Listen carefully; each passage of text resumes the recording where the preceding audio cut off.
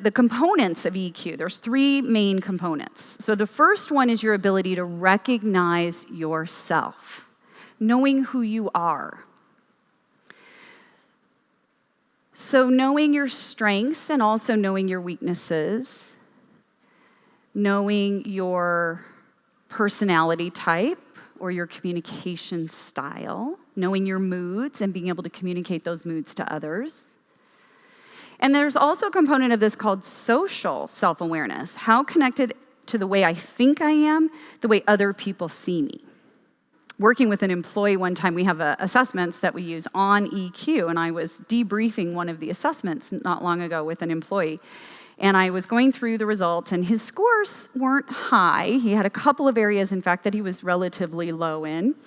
And he said, I'm just so disappointed with these scores, and it's really bothering me, and I really want to work on this. And so I said, well, let's look at them in more detail and understand what it's telling you. So we dive into them, and he's still lamenting over how low these scores are and how upsetting it is. And finally I said to him, now, remember this survey was taken by you, not anybody else. And he's like, yeah. And I said, so basically, this is feedback from you to you. But we're so sensitive to feedback, we don't even want it from ourselves. So the second component of EQ, that's the recognizing piece. The second piece is reading people and situations accurately. So it's being able to plug in to what's happening and connect to people from their perspective. And so what I had to learn was to do a better job, to listen, to try and understand somebody else's perspective. Now, you don't have to agree with it, but you have to try and at least appreciate where they're coming from. And then the third R, the third piece of emotional intelligence, is responding. Choosing responses that are appropriate for that audience or person that you're talking to. So it's adapting yourself to others instead of kind of a one-size-fits-all approach.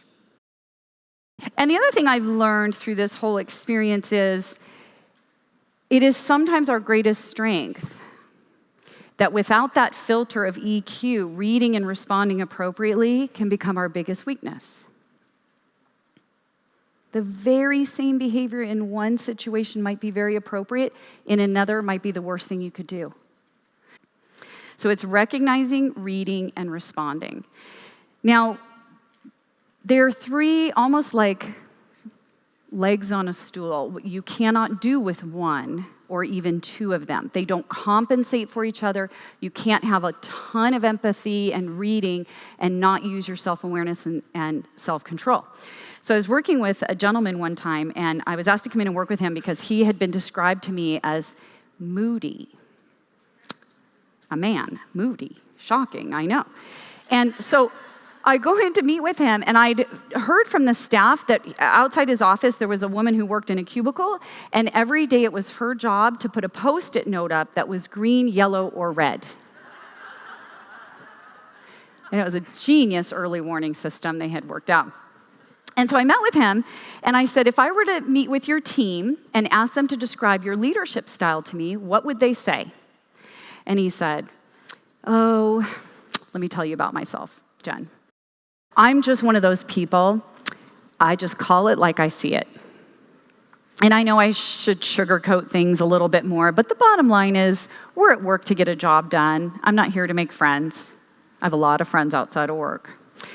And he said, but it's okay, because I tell my team all the time, hey, if I ever say something that upsets you or offends you, don't take it personally, right? I don't mean it personal. It's business. And I thought, okay, so recognize, read, respond. Which one does he have? Recognize. So his attitude was, look, this is how I am, and the burden is on you to do the adapting to me, not the other way around. And this is what kills leaders, naturally.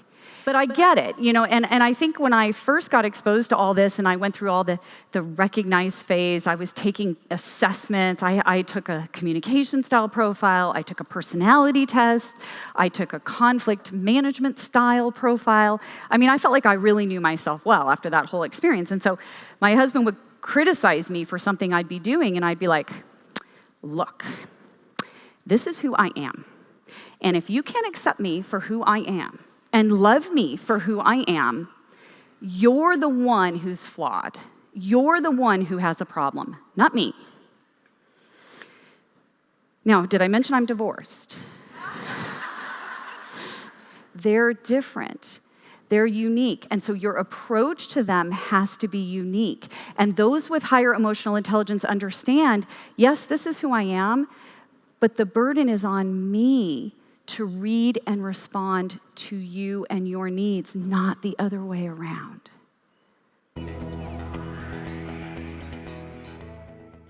So optimists have a positive attitude. They assume the best. Pessimists, of course, tend to assume the worst. I was at home in Boston this week at a meeting, and I walked in, and it's been beautiful in Boston for October. It was like 70. And I walked into this office, and there was a receptionist there, and I came in, and I said, oh my gosh, it is so beautiful outside. And she goes, yeah, we're going to pay for it this winter. Speaking of pessimists, let me tell you about my mother. So when I was younger, I think I was like 25, 26 years old, I was living in the Twin Cities, and I had an apartment, and I was coming down the stairs and not paying attention, and I missed the last step and fell and broke my ankle. I'd never broken a bone before that, so I go to the hospital, I get a cast, I come home, I call my mother, who's in California, and I say, well, you're not going to believe what I did. I fell down and I broke my ankle.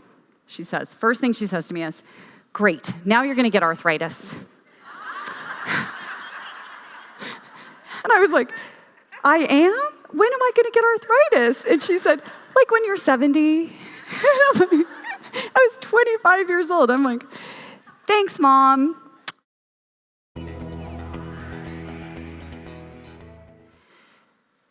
When your back is against the wall, there's only one way out. And if those things had not happened to me, if that struggle had not happened, I would have never known what I was really capable of. I never would have been here today.